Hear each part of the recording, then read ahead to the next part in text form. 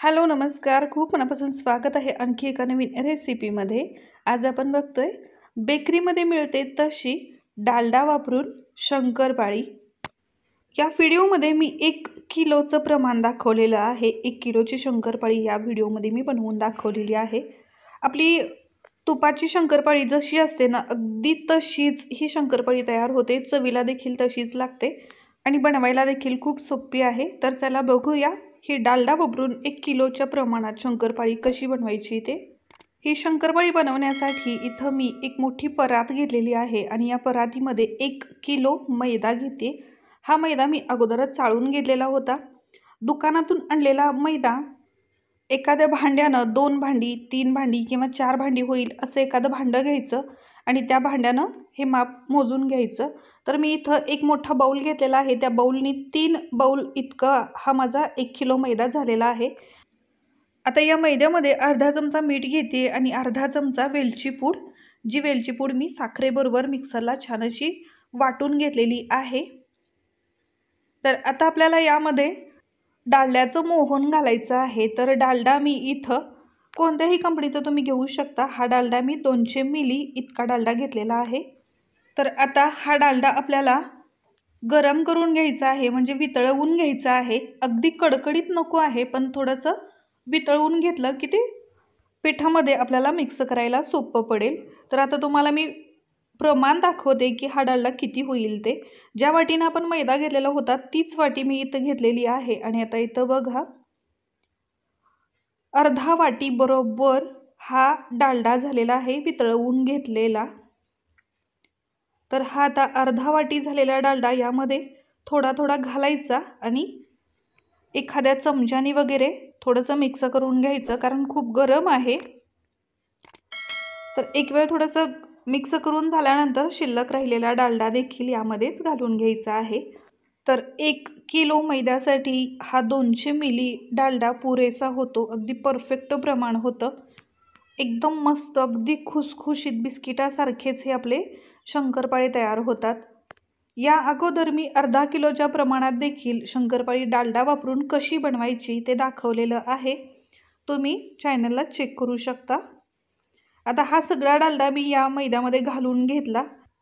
आता आपल्याला हातानेच हा सगळा डालडा या मैद्याला चोळून घ्यायचा आहे. छान असं याचं मोहन पूर्ण मैद्याला लागलं पाहिजे. तर या प्रकारे हे चोळून घ्यायचं आहे. एकसारखं त्याला चोळून घ्या, नाहीतर मग डालड्याच्या गाठी होतात आणि आपल्याला कणिक मळताना खूप अवघड जाईल. तर त्यासाठी पूर्ण हाताने चोळून घ्या. या ज्या गाठी दिसत आहेत ना, त्या सगळ्या गाठी आपल्याला फोडून घ्यायच्या आहेत, कारण डालडा लगेच घट्ट होतो आणि त्यामुळं आपल्याला कणिक मळताना अवघड होऊ शकतं. तर इथं बघू शकता परफेक्ट प्रमाण झालेलं आहे. हा मैदा थोडासा ओलसर असा झालेला आहे डालडा घातल्यानंतर आणि हे प्रमाण 1 किलोसाठी परफेक्ट आहे. आता यामध्ये साखर घालायची आहे. तर मी इथं पाऊण वाटी साखर घेतलेली आहे. मिक्सरला फिरवून घेतलेली साखर पाऊण वाटी या प्रमाणात आपल्याला घ्यायची आहे. तर आपल्या पार्ले बिस्किटचा वगैरे जसा गोडवा असतो ना, अगदी तसाच गोडवा या शंकरपाळीला या साखरेमुळे येईल. हे प्रमाण अगदी परफेक्ट होतं. तर तुम्ही करून बघा आणि जर गोड यापेक्षा कमी पाहिजे असेल तर तुम्ही अर्धा वाटी देखील साखर यामध्ये वापरू शकता. आता कणिक मळून घेण्यासाठी मी इथं 1 पेला पाणी घेतलेलं आहे आणि आता या मैद्यामध्ये थोडं थोडं पाणी घालायचं आहे आणि ही कणिक आपल्याला चांगली मळून घ्यायची आहे. जशी आपली चपातीची अशीच ही आपल्याला कणिक मळून घ्यायची आहे. तर इथं बघा मी ही कणिक मळून घेतलेली आहे. अगदी छान मऊसूत कणिक तयार झालेली आहे आणि ही कणिक पूर्ण मळण्यासाठी मला 1.25 पेला पाण्याची गरज लागली. तर आता बघू शकता ही कणिक परफेक्ट अशी अगदी मऊसूत कणिक आहे. मध्येच थोडासा कॅमेरा पॉज झाल्यामुळं शूट होऊ शकलं नाही, पण बघू शकता अगदी परफेक्ट अशी ही कणिक मळून तयार आहे. आपण तूप घालून जशी शंकरपाळी बनवतो त्यावेळी कणिक थोडीशी फाटते, पण डालड्याची शंकरपाळी बनवताना अगदी छान मऊसूत अशी कणिक तयार होते. तर आता ही कणिक आपण एक 15 ते 20 मिनिटं ठेवून देऊया. जर वेळ असेल तर 1.5-2 तास देखील ठेवू शकता आणि मी आता 10-15 मिनिटांनी लगेच याची शंकरपाळी बनवायला घेते. तर एक 15 मिनिटामध्ये बघू शकता आपण जी कणिक मळून ठेवलेली होती ती थोडीशी मऊ होती, सॉफ्ट होती.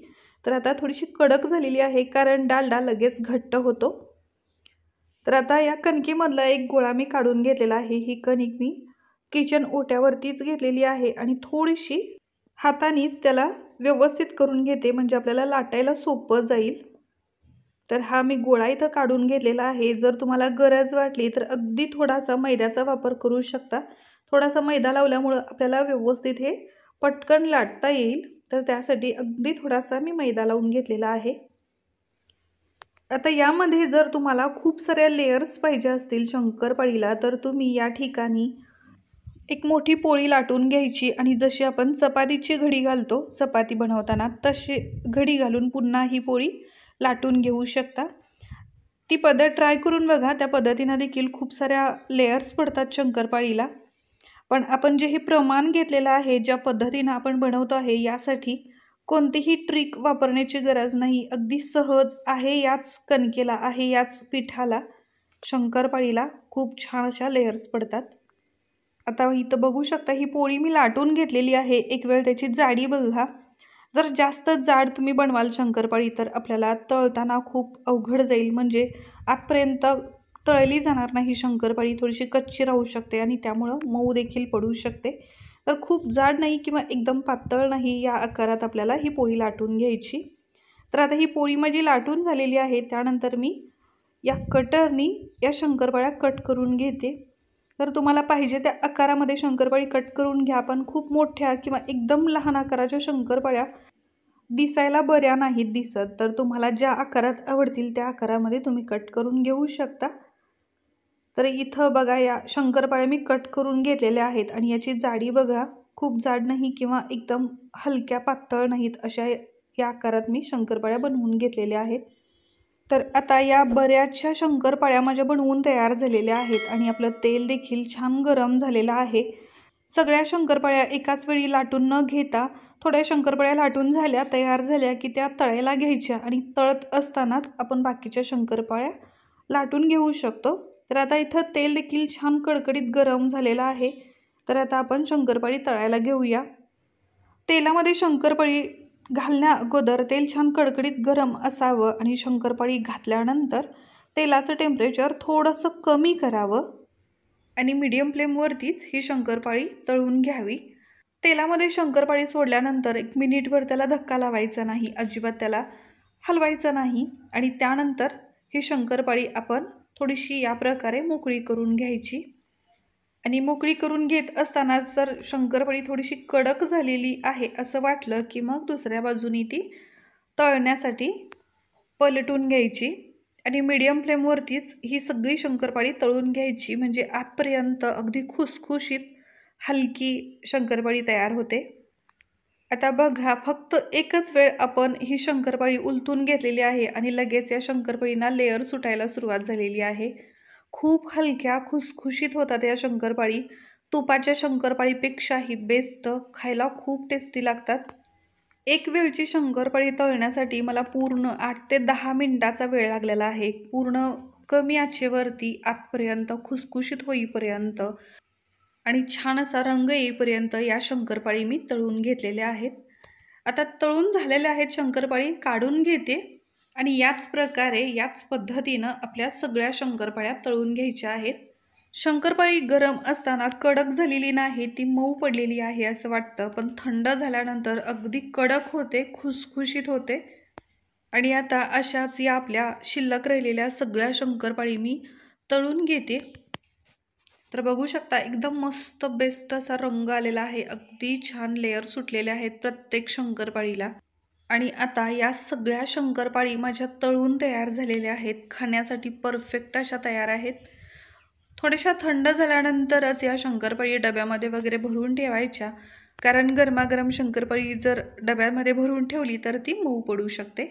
तर आता बघू शकता प्रत्येक शंकरपाळीला छान अशा लेयर्स सुटलेल्या आहेत. खूप खुसखुशीत हलक्या आणि जाळीदार अशा शंकरपाळी तयार आहेत.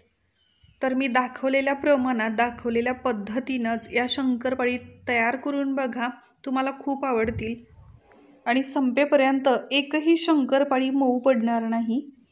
तर कशी वाटली आजची ही रेसिपी, आजची ही माझी पद्धत कशी वाटली शंकरपाळी बनवण्याची ते मला कमेंट करून नक्की सांगा.